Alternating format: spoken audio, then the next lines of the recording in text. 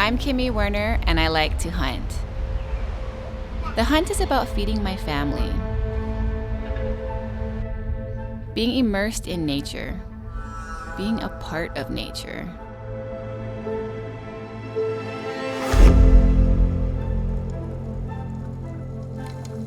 The hunt is about respecting food and ingredients and caring for their quality.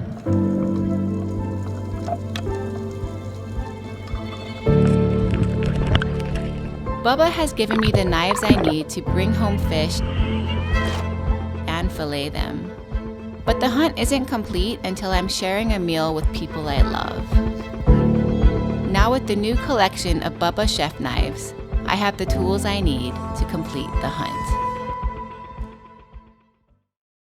So I am very, very, very pleased to be a part of this Water to Plate special to introduce Bubba Blade and their new set of chef knives.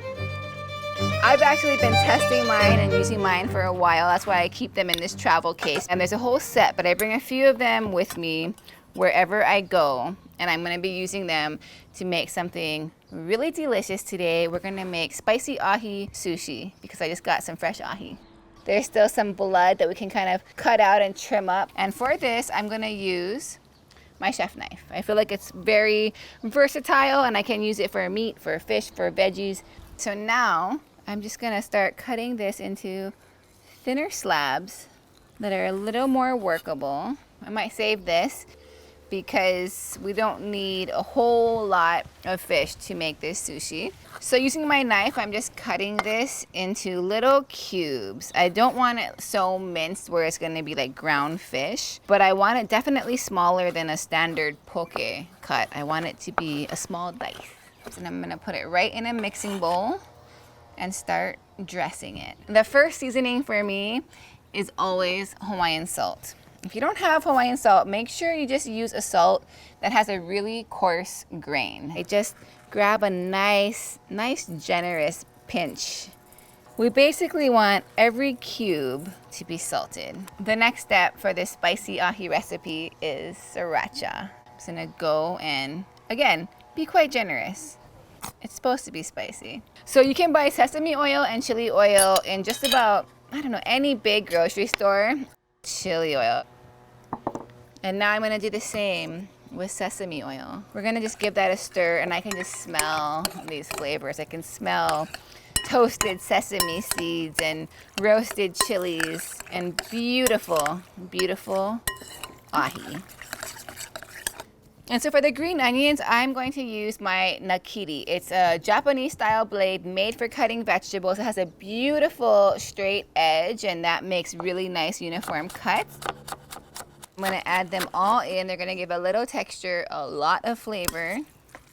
The next ingredient for this spicy ahi is going to be tobiko. Tobiko is actually the roe of flying fish. If you don't like fish eggs or if you don't have them, then just don't add this in. I like it for the texture, so we're gonna go for it. The next step is mayo. I like to use Best Foods, and we're just gonna add it gradually. The oils are already doing most of the work with flavor, with that silky texture. Now we just want that good mayo creaminess, and this looks perfect. We're gonna slice some cucumbers because they're gonna be part of the filling. And I'm gonna stick with the nakiri blade because it is perfect for cutting vegetables. And I'm going for length here. I want these like cucumber sticks. Okay, so we are ready to start rolling some sushi. I do have a sushi mat made out of bamboo, I believe, and some sheets of dried seaweed. We're gonna go textured side up right on the sushi mat. And I do have a pot of cooked white rice. For this, I'm using short grained white rice, cooking it at about almost a 1-to-1 ratio, a little more water. You want something you can smear. And now I'm gonna take my cucumber strips, line them up, add our spicy ahi. And my problem is that I always overstuff my sushi because I just love the ingredients so much. So I'm gonna try and press them in and roll and roll. And look at that. That is a beautiful roll of sushi. And we'll cut it up soon. But you know, I just had this jalapeno laying around. I'm gonna slice it up, make an extra spicy ahi roll. And I'm gonna use the nakiri blade again. And for this next roll, I'm just gonna try to not use the sushi mat because a lot of people don't have that at home. So, rice, smear it nice and flat and even. Just gonna smear a generous amount of our beautiful spicy poke. Now I'm gonna add the cooling, crunchy cucumber, but I'm also going to add a sharp bite of raw jalapeno. And now we're going to attempt to just roll this by hand, no sushi roller. We're gonna be all right. I'm just rolling it, squeezing with my hands, rolling it all the way up. Damn, that looks pretty good. Now we're gonna slice our sushi. I think for this part, I'm gonna go for the santoku. It's a thinner blade, so I'm hoping it'll cut the sushi good. What I'm gonna do for some insurance is just wipe my blade with water because that rice is very sticky. Oh, that was wonderful. And I'm gonna just wipe it again, get that rice off, and now I'm gonna slice it into bite-sized pieces of sushi.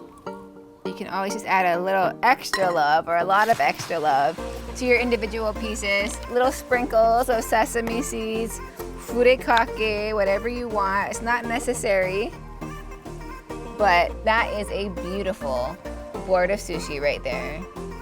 And now we're gonna eat it.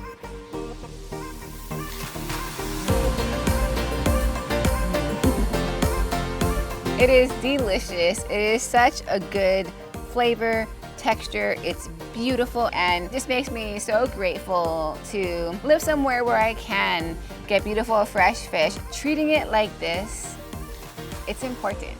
It's very important to me, and now to have the tools, thanks to Bubba, to execute these beautiful meals makes me all the more happy. So cheers to that, and I hope you give this a try.